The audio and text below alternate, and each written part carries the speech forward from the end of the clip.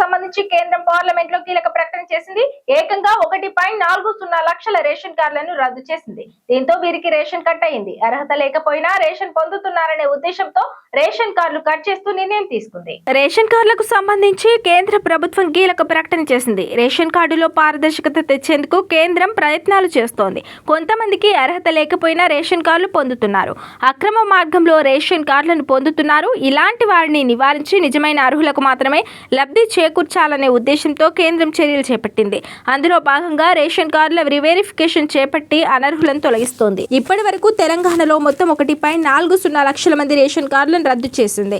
అనర్హులుగా తేలడంతో వీరికి ration card cut చేసింది. అటు ఏపీలో 102 రేషన్ కార్డులను రద్దు చేసింది. పార్లమెంట్ లో రేషన్ కార్డుల అంశంపై కేంద్రం ఆహార ప్రజా పంపిణీ సహాయ మంత్రి నిముబెన్ జయంతిబాయ్ బాంబానియా కీలక ప్రకటన చేశారు. దేశంలో 41 లక్షలకు పైగా అక్రమ రేషన్ కార్డులను తొలగించినట్లు వెల్లడించారు. ఇక దేశంలో 5.51 లక్షల రేషన్ షాపుల్లో ఆధార్ బయోమెట్రిక్ ద్వారా రేషన్ సరుకులను తీసుకునే విధానం ప్రవేశపెట్టామని, దీనివల్ల సరుకుల పంపిణీలో అక్రమాలకు అడ్డుకట్ట పడిందని స్పష్టం చేశారు. జీఎస్టీ, కార్పొరేట్ వ్యవహారాలు, జాతీయ రహదారులు, ఇన్కమ్ ట్యాక్స్ శాఖల సమాచారం ఆధారంగా రేషన్ కార్డులను తొలగించినట్లు తెలిపారు. రాజస్థాన్లో అత్యధికంగా 6 లక్షలకు పైగా కార్డులను కట్ చేశారు.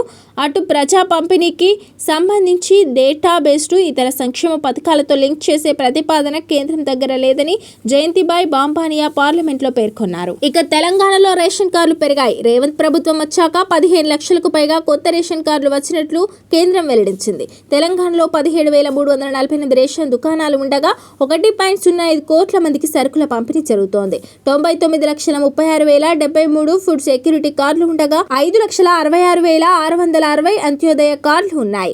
ఇక అన్నపూర్ణ కార్డులు 5,146 ఉన్నట్లు కేంద్రం పేర్కొంది. జీహెచ్ఎంసీ చుట్టుపక్కల ఉన్న జిల్లాల్లో ఎక్కువ రేషన్ కార్డులు ఉన్నాయి. హైదరాబాద్లో 8.39 లక్షల రేషన్ కార్డులు ఉన్నాయి. ఇక రంగారెడ్డి జిల్లాలో 6.53 లక్షలు, మేడ్చల్ మల్కాజ్గిరి జిల్లాలో 6.41 లక్షలు ఉన్నాయి. అతి తక్కువగా ములుగు జిల్లాలో 1.02 లక్షల కార్డులు ఉన్నాయి. కాగా దేశవ్యాప్తంగా 3 నెలలకు సంబంధించి రేషన్ను ఒకేసారి ఏప్రిల్లో పంపిణీ చేయాలని కేంద్ర ప్రభుత్వం నిర్ణయించింది.